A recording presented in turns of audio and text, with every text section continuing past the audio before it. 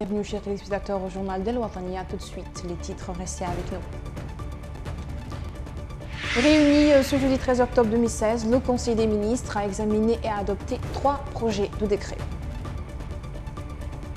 Le chef d'état-major général des forces armées saoudiennes est à Nouakchott pour une visite de travail de 2 jours. 21 jeunes filles kidnappées en 2014 par Boko Haram au Nigeria ont été libérées aujourd'hui au terme de négociations avec le gouvernement nigérian.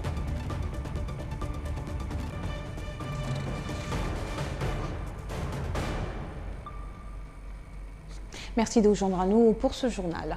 Le Conseil des ministres réuni aujourd'hui à Nouakchott a examiné et adopté les projets de décret suivants. Projet de décret portant nomination du président et des membres du conseil d'administration de l'Agence nationale Tadamoun de lutte contre les séquelles de l'esclavage, de l'insertion et de la lutte contre la pauvreté. Projet de décret portant approbation d'une convention d'établissement entre la Mauritanie et la société Les Fermes Nationales Avicole, Favicole.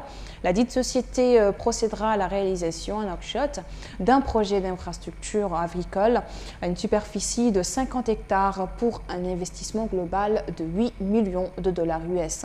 Projet de décret portant règlement de discipline générale des corps de la garde-côte mauritanienne, et ce, conformément aux dispositions de l'article 28 du décret portant statut spécial des personnels de la garde-côte mauritanienne.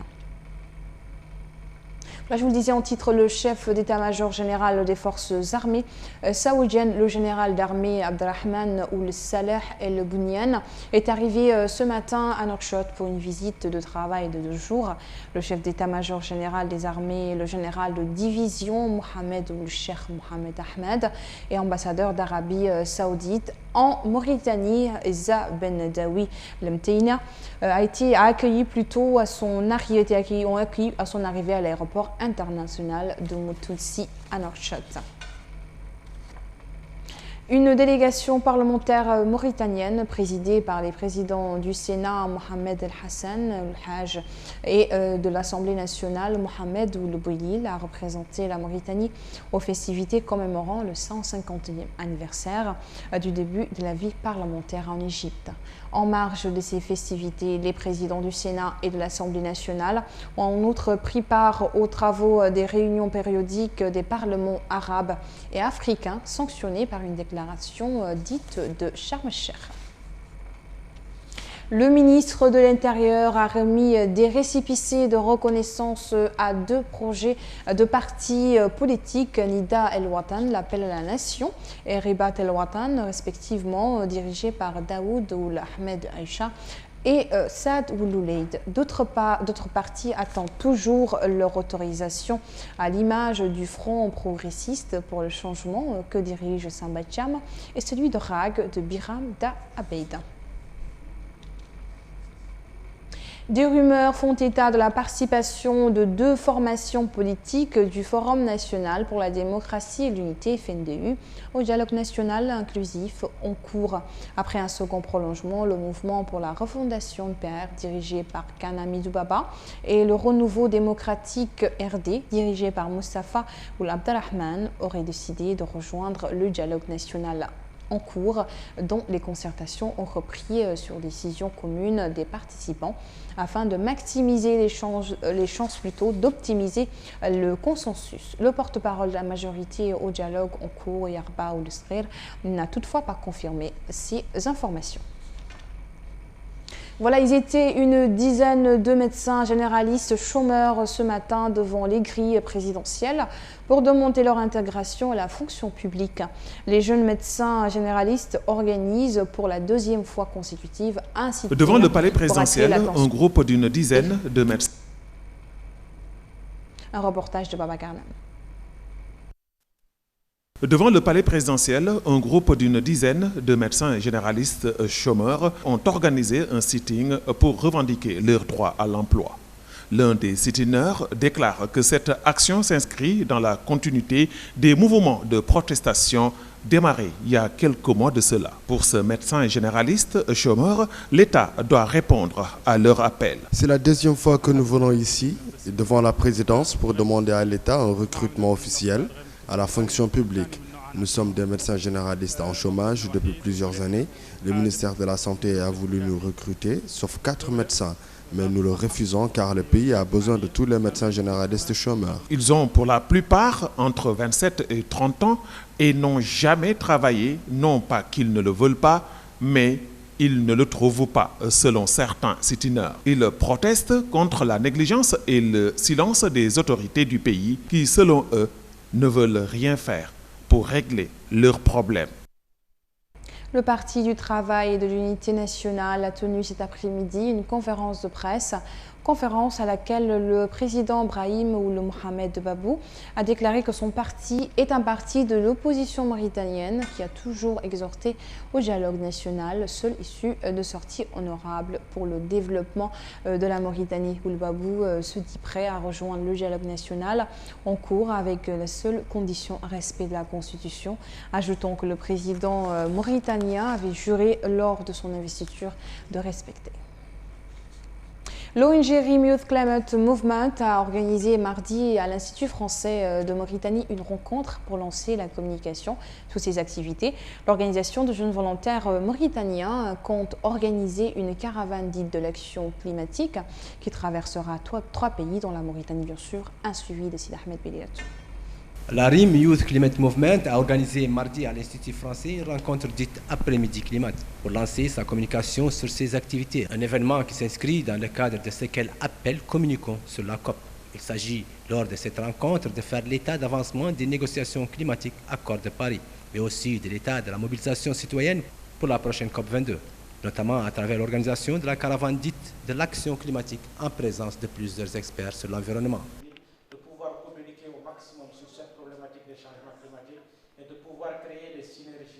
Pour des actions concrètes locales, ne pas forcément attendre que l'accord de Paris entre en vigueur et qu'il puisse répondre à nos attentes, mais travailler d'ores et déjà au niveau local à trouver des solutions nous-mêmes et à essayer de faire en sorte que ces solutions-là soient duplicables dans d'autres contrées qui n'ont pas forcément peut-être la chance d'accès à l'information, surtout par rapport à cette problématique assez complexe. Une rencontre rythmée par un mini-concert de mobilisation et de sensibilisation et prestation de comédiens sur la problématique des changements climatiques. Après l'accord historique signé à Paris, lors de la COP21, la RIM Youth Climate Movement entend poursuivre son ambition de traduire en action concrète les engagements pris pour réduire les émissions de gaz à effet de serre. Du 20 octobre au 3 novembre, la RIM Youth Climate Movement organise une caravane de l'action climatique labellisée COP22. Cette caravane va traverser le Sénégal, la Mauritanie et le Maroc. Plusieurs activités dans 11 villes, animation de plusieurs ateliers sur les énergies renouvelables, concerts de sensibilisation. Cette problématique, peut-être qu'il y a 2 types de langage. Un langage purement technique et c'est un langage qui demande en réalité que quelqu'un soit déjà en suivi de la problématique pour pouvoir assimiler tant de détails parce qu'elle est extrêmement complexe. Mais en détail, un langage plutôt plus simple, surtout adressé à nos jeunes, je pense que c'est le cas d'aujourd'hui. Pour leur dire, on est en face de quoi en réalité? On est en face d'une problématique aujourd'hui qui touche l'humanité et qui se manifeste par le changement du climat. C'est un changement qui a été observé depuis les années 80. On sent que le climat change, ça se perturbe. Créée en 2012 par des jeunes Mauritaniens, la RIM Youth Climate Movement est une organisation de jeunes mus par la volonté d'éveiller les consciences sur la réalité des changements climatiques et mettre en œuvre des solutions adaptées aux communautés les plus vulnérables. Actualité internationale. À présent, en bref et en images avec Papa Ahmed Fall.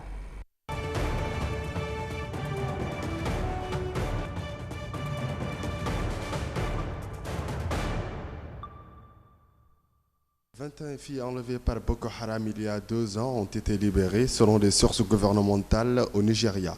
Des négociations difficiles entre les autorités, la Croix-Rouge et Boko Haram ont permis ces libérations. Plus de 200 lycéennes de Chibok ont été kidnappées dans la nuit du 14 au 15 avril 2014 par les combattants islamistes de Boko Haram. Plusieurs d'entre elles parviendront à s'échapper.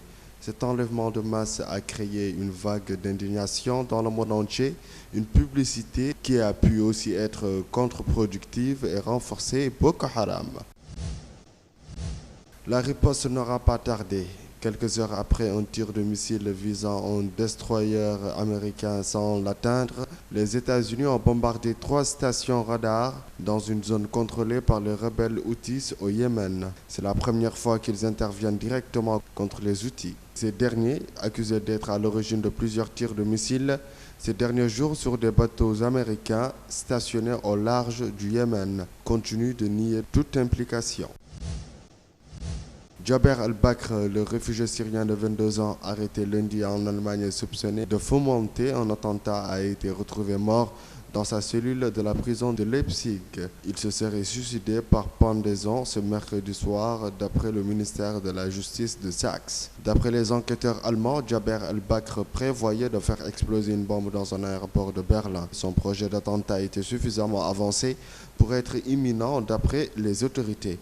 Il avait été arrêté ce lundi à Leipzig après une aval de 48 heures. Il avait réussi à échapper à la police venue l'interpeller dans son logement de Chemnitz où 1,5 kg d'explosifs du TATP a été retrouvé. Une arrestation rendue possible par le concours des 3 Syriens chez qui il s'était réfugié. Des dizaines de milliers de personnes ont défilé dans les rues de Bogota, la capitale colombienne, pour demander que l'accord de paix avec la guérilla des FARC soit appliqué. Cet accord a été rejeté par 50,2% des électeurs le 2 octobre. Ses opposants ont du mal à accepter que les guérilleros puissent bénéficier d'une loi d'amnistie et entrer en politique. Le président Juan Manuel Santos, lauréat du Nobel de la paix, a donc ouvert de nouveau pourparlers. La grande majorité m'a demandé de trouver une solution rapide parce que l'incertitude est l'ennemi du processus, a-t-il expliqué.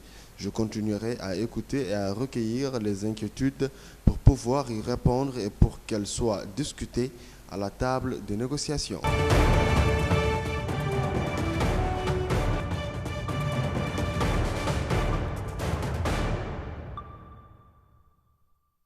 Voilà, c'est sur cette page internationale que s'achève ce journal. Merci à vous de nous avoir suivis. Merci de votre fidélité. Le rappel des principaux titres avant de clore ce journal.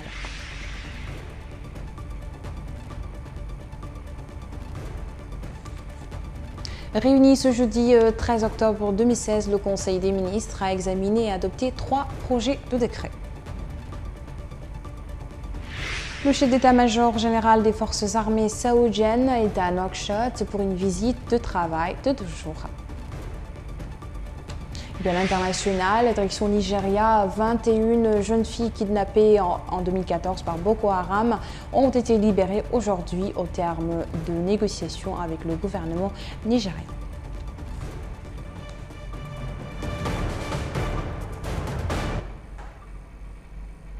Merci à tous et très bonne soirée en compagnie des programmes d'El Wataniya.